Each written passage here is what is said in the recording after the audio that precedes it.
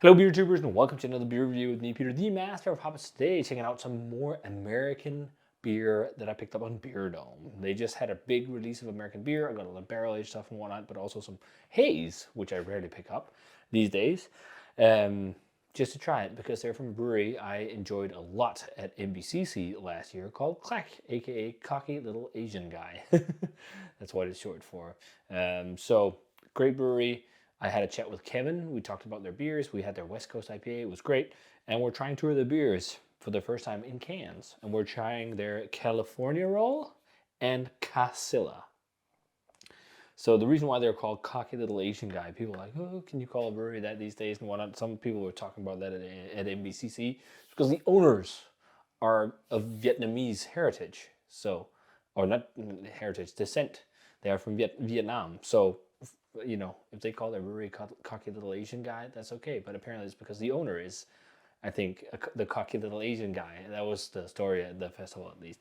But we're trying, as I said, these two IPAs. One is a single IPA on 7%. The other is a double on 8.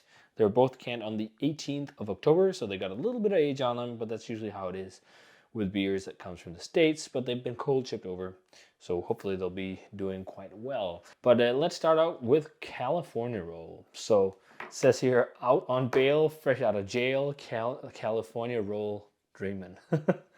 Little reference there. So Chinook, Citra, Nectron, and Simcoe hops in this one. So let's check it out. Single IPA. It looks saturated. Look at that. Pin bright, hazy golden yellow color. The double looks even more saturated. But what's often the thing with these, like they use very light grist, but also part of the yellow color in these hype kind of hazies, it's also because they're loaded with hops. So there's so much lupulin in suspension in the glass. Like you can see it often also with the bottom dregs of cans. There's like this yellow film of hops in there. But that's just usually a signifier of a heavily hopped beer. But it looks nice in the glass, very bright, very nice white head. Let's check out the aroma on this one. Okay, for being in the can for over 2 months, this is more popping than most European haze. Wow.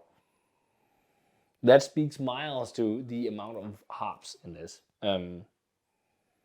Very bright, very dank. I'm getting like dank, really dank, like pineapple kush.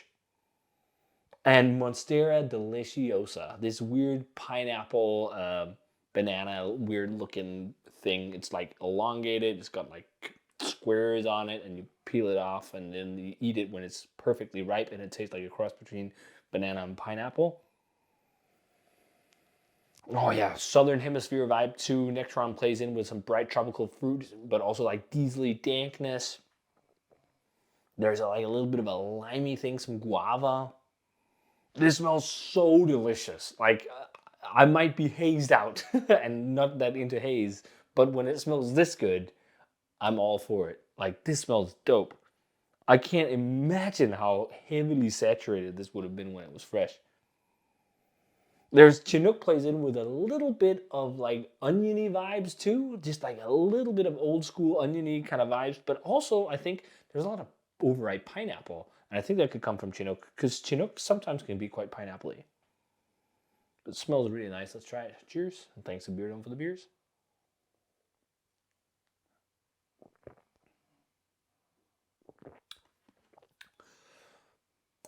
That's great haze. Great level of sweetness, great level of dryness. Like the balance factor on dryness and sweetness is perfect. Like it has enough sweetness to be juicy, but also enough dryness to not be cloying. And that's one of the things I think often European haze lacks, is that balancing factor. And it's also got some bitterness, kind of like West Coast bitterness, which is really nice. This is really good haze. It's really pineapple-y. That Monstera Deliciosa is there for sure. Dank pineapple kush. Some diesely dankness too. Some snappy, kind of herby nuances. A little bit minty. There's almost like a little bit of East meets West, because there's also like slight piney nuances and grapefruit to this. Like Nectaron, I've heard can be very overpowering when it's on its own, but it gives a little bit of a Southern Hemisphere funk to the beer. Like that brightness and the diesely dankness and those. I think maybe Monstera Deliciosa and some of these weird tropical fruit vibes is coming from that. There's also a bit of lime even. But I love that it's bitter. That's so nice. This is never going to be sweet overripe juice. It is insanely drinkable, and it's 7%. Let's jump over to the double Khazilla. So this one looks very saturated. Look at that. Holy hell. That is all Southern Hemisphere hops, but it is just, look at it.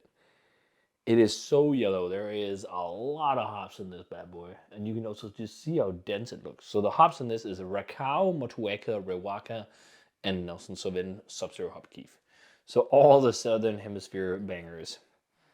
But that's just crazy. That looks crazy. It's so pin bright and yellow. And then a whitehead. Let's check out the aroma on this one. This is the same age. Surprisingly, I feel like it doesn't burst. California Roll has a bit more aroma to it, interestingly enough. So it's really diesely, this one. Really diesely and really dank.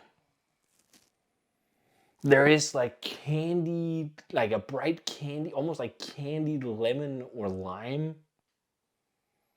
A bit of starburst. There's also like savory nuances. Sometimes people talk about bacon with Rewaka or grilled meats and weird stuff like that. But there is something savory about it. I'm also getting like a bit of starburst kind of candy to it. Mango, definitely like spice. There's a little bit of lavender or something like that. Also definitely mango for sure. It also has that like Monstera Deliciosa thing. But it smells really spicy too. It smells interesting for sure. Cheers.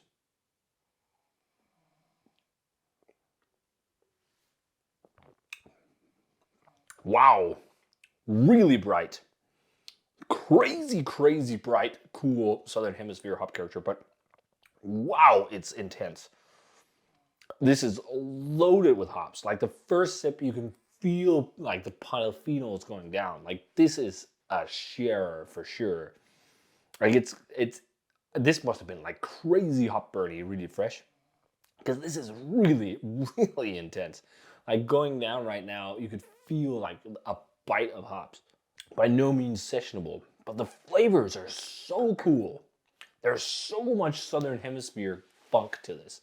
Like really, like think the most unique, bright tropical fruits you can think of. There's like all these, there's kiwi, there's lychee, there's Monstera Deliciosa, there's like so many cool things going on. There's a bit of that like savory nuance from the waka, maybe not bacon, but there's some savoriness to it. Actually, the second sip, I don't think it was too bad. The first one, you could feel it going down your throat. Like this was crazily heavily hopped. There is a touch of Nelson too. There's definitely mostly gooseberry actually, I think. Not so much white grape, but definitely gooseberry. And then like some sweet, like that sweet candied Starburst candy kind of thing going on. Yeah, overripe mango too.